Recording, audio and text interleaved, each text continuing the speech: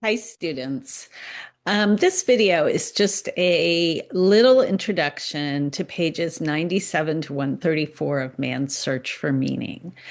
I think this part of the book is a little bit more difficult than the first 93 pages of the book, but they're easier to understand if you get a little bit of historical context.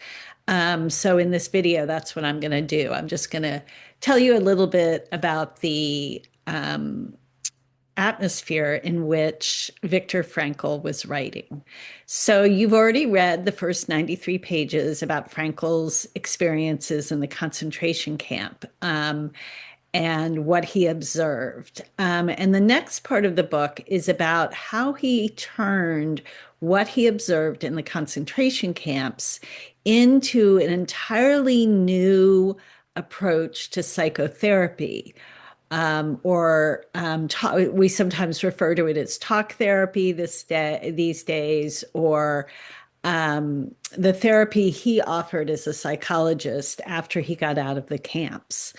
Now, Frankl was Austrian, and actually, it would be true even if he wasn't Austrian. Any young person, and he was relatively young to me, he was maybe in his 30s when he got out of the camps, but when he was in graduate school studying psychiatry, like every student in the world who was studying psychiatry, or any student, certainly in the West, in Europe at that time, who was studying psychiatry, he was heavily influenced by, all those students would have been influenced by Sigmund Freud.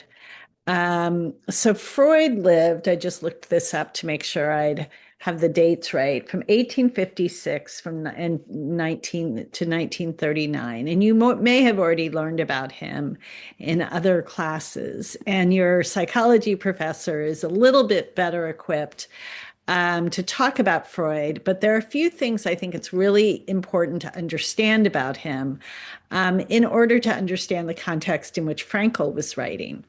Sigmund Freud is generally credited with discovering the unconscious. So the unconscious, we use this word all the time in conversation. Oh, I unconsciously, you know, uh, I'm trying to think of a good example. I did that unconsciously. I told a joke that maybe was offensive, and I wasn't thinking, I wasn't aware.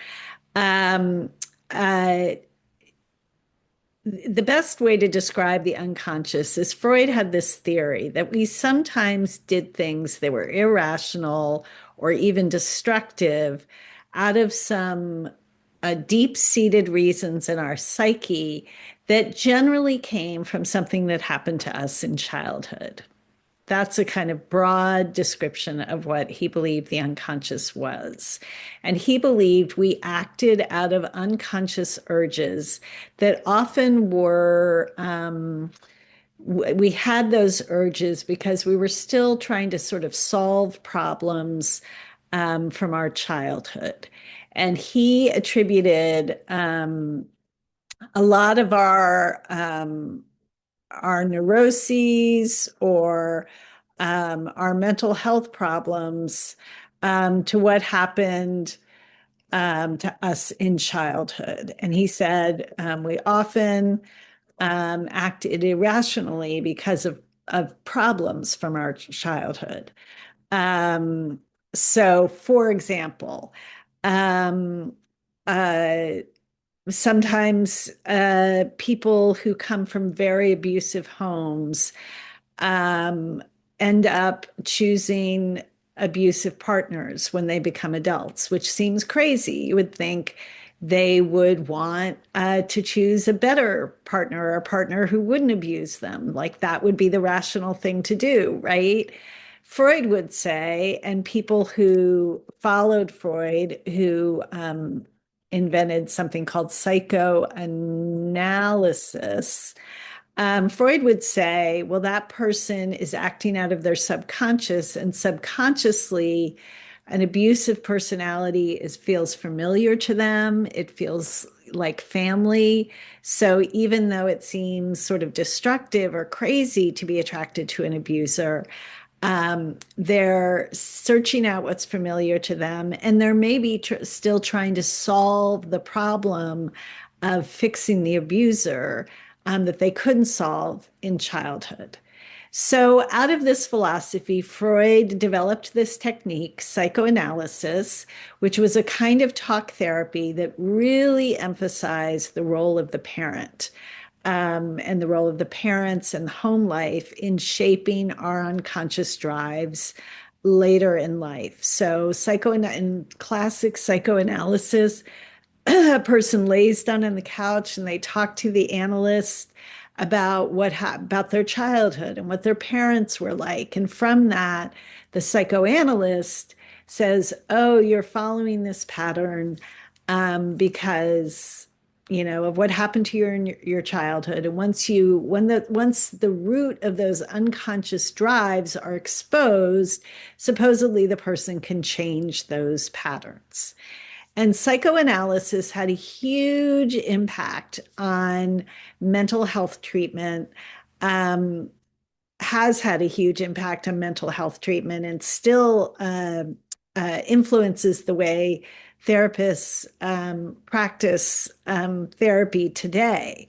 But especially in Frankel's time, it was really seen as the dominant way of treating patients who were depressed or having other mental health problems.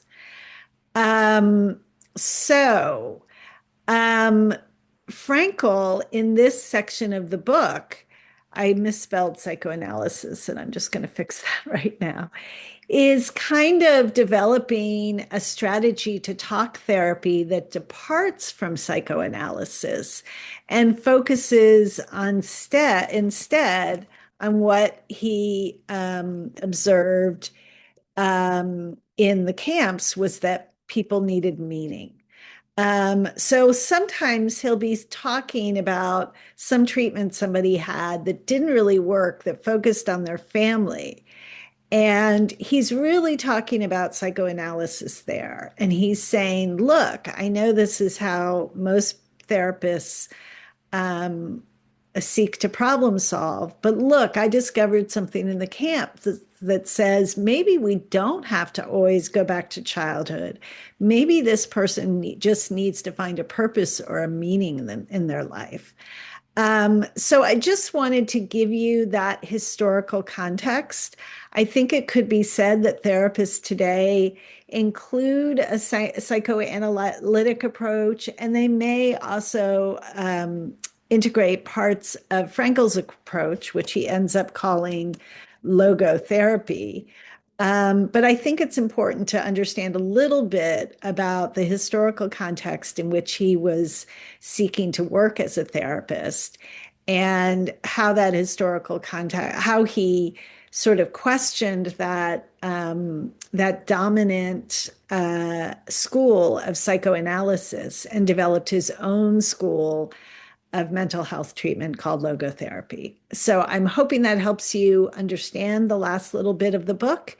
And I look forward to hearing your thoughts about it in your essays and in your online discussion.